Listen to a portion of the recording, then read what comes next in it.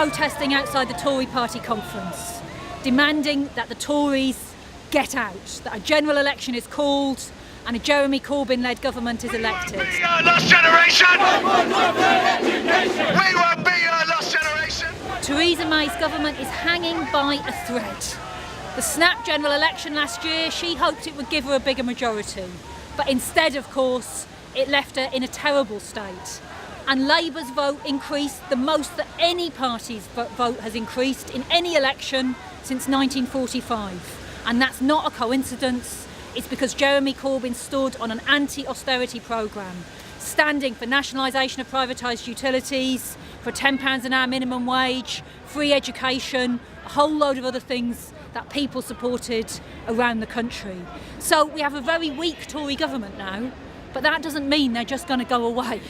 We have to protest and campaign to get this government to call a general election. Tories! Tories! Tories!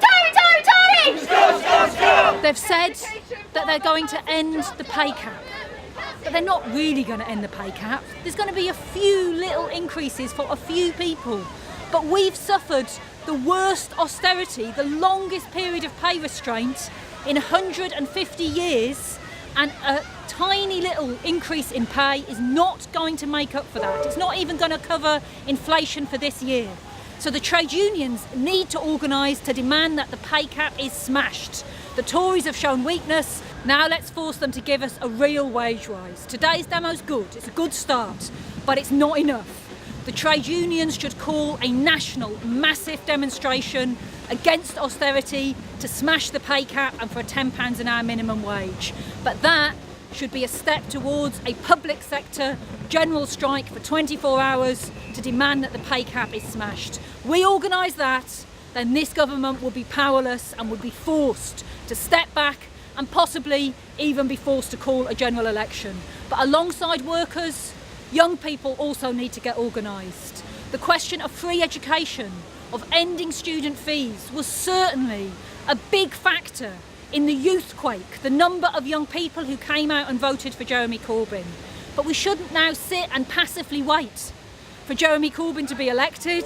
The world doesn't work like that. We have to get organised to fight for free education.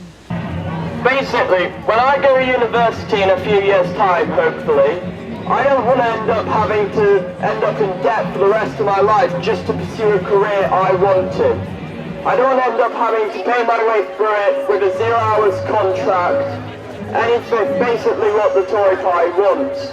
They basically are wanting a society where the average people are just educated enough to work. On the day of the budget, Socialist students are calling for a shutdown of education, a national shutdown of education on the 22nd of November for students to demand free education.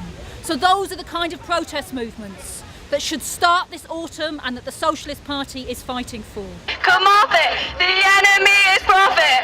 Students poor and the sick did not cause a deficit. It's bullshit! Come off it! The enemy is profit! Refugees in Calais did not take your jobs away. It's bullshit! We are confident that this government will not last its full term.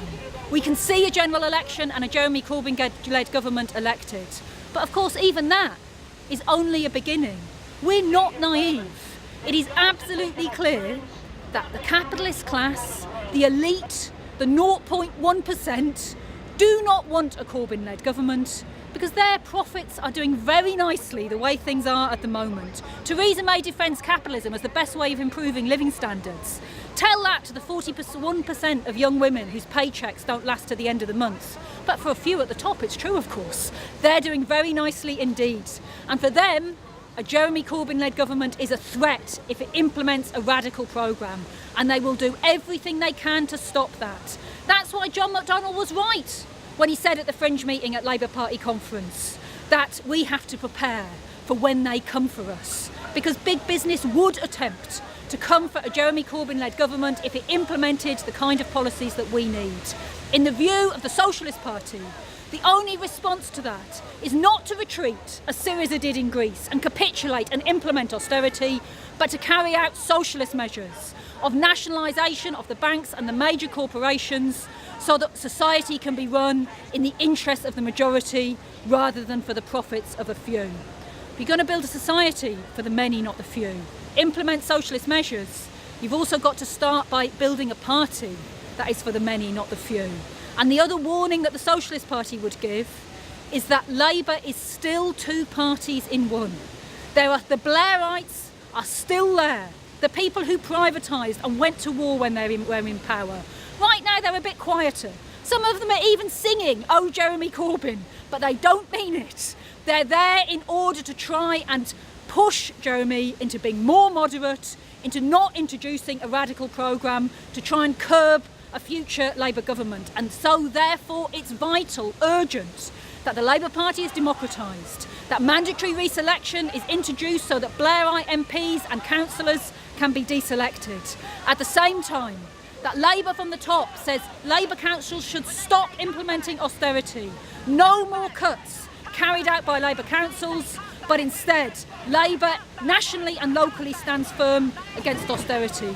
Those policies are urgently needed, alongside opening up the Labour Party to all socialist forces in a democratic federation, so that people like ourselves in the Socialist Party, who were expelled from Labour when Labour went to the right because we stood firm for socialist policies, can also participate in a mass movement, a party that is a mass movement and therefore would be capable of mobilising on the streets and organising in defence of a Corbyn-led government and for the implementation of a socialist programme.